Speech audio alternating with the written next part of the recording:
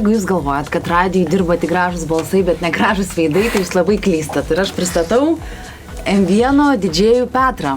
Tadam, labas. Labas. Nu tai ką, iš tikrųjų tai šiais laikais radijo galima ne tik klausyti, bet ir paspoksoti ten dirbančių žmonės, ar ne? Tai ir vienas tai siūlo internete, tai Petrai galbūt ir nesi paslaptis, kaip tu atrodai, bet vis dėlto vis tiek smagu žinoti, kad, prašau, radijo yra tokių gražių vaikinų. Tai sakyk, Petrai, kada galima tavęs pasiklausyti per M1 ir kada galima tuo pačiu tave ir paspoksoti, jeigu nori įsijungti tą patį internetą? Jeigu nori paklausyti, tai dirbu savaitgaliais aš.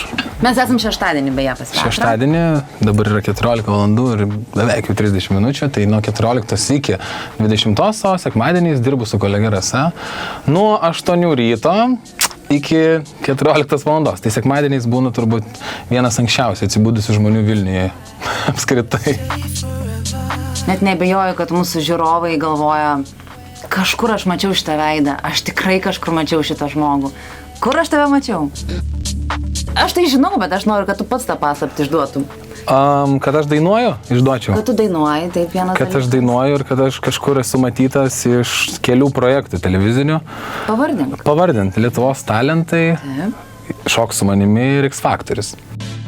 Viskas šiai buvo painįta mano tam gyvenime. Kažkada 1-4 klasėje mokiausi Klaipėdoje Eduardo Balsio menų gimnazijoje, grojau ir violončele, ir pianinu, bet kažkaip tuo metu atrodė, kad viskas man buvo brukama per prievartą.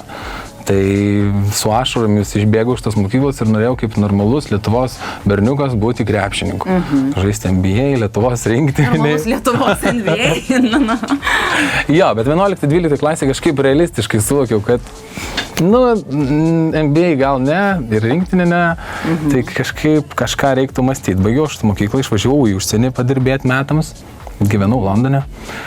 Ir manau, kad ten įvyko tas gyvenimo lūžis ir susidėlioja tie taškai, kaip ką daryti ir ko nedaryti, kas irgi yra labai svarbu.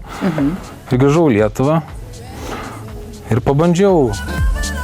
Turi suvokti, kad tu, pavyzdžiui, gali dainuoti, nes, žinai, yra žmonių, kurie negali dainuoti, bet jiems atrodo, kad jie gali. Tai šiuo atveju tu man taip nepasisekė, kad aš maniau, kad galiu, bet negaliu. Tai, galiu.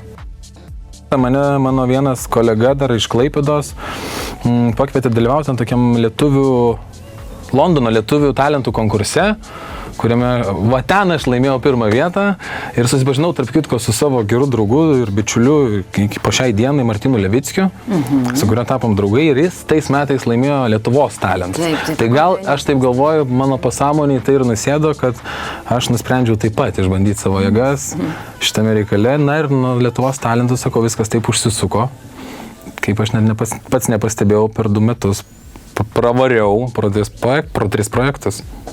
Toks narkotikas tie projektai?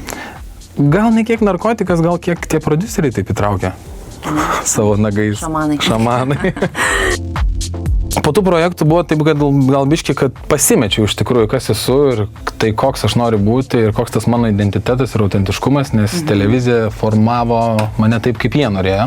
Tai man reikėjo kažkaip kokius gerus metus, 2 kalt ant stabdžio ir nuo to visko atsiriboti. Ir tik dabar aš pradedu geriau suprasti, koks esu pats, kokį tą muzikinį kelią noriu pasirinkti, kokį stilių. Aš dabar kuriu savo albumą, stengiuosi ieškoti.